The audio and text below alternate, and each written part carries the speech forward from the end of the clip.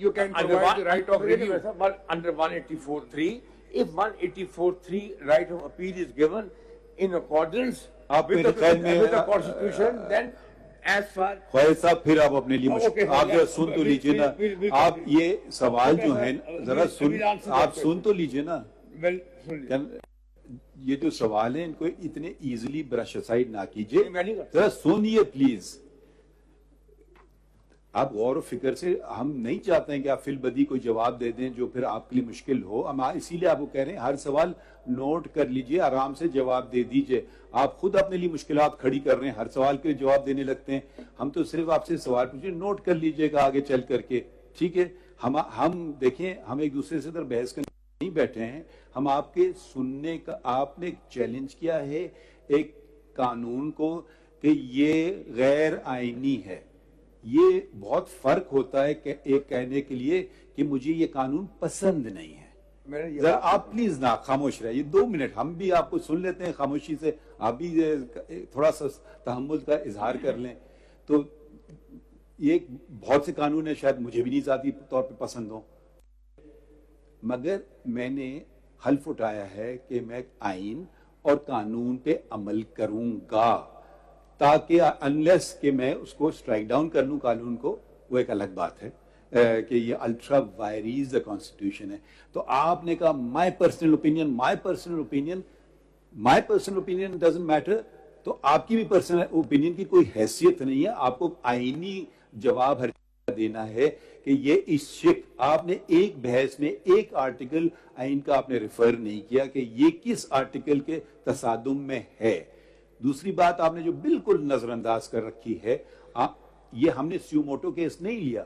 اگر ہمارے حقوق پہ اتنا زبردست وار پارلیمنٹ نے کیا ہوتا تو ہم نے بہت سارے کیسز میں ہم نے خود بھی اٹھا لیے کیسز کو.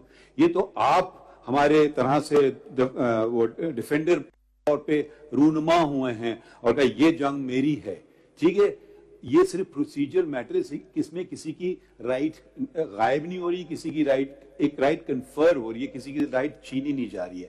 تو برائے کرم آرٹیکل 184(3) کے دائرے میں رہ کر آپ نے, جس کا آپ نے ایک لفظ نہیں ذکر کیا ہے, وہ کہتا ہے any matter of public importance. چلیں جی, پبلک امپورٹنس تو ایک وہ ہے ڈیبیٹیبل کویسچن, ہم یہ کہوں گا آپ کہیں گے وہ ہے, مگر for the enforcement of fundamental rights, ٹھیک ہے.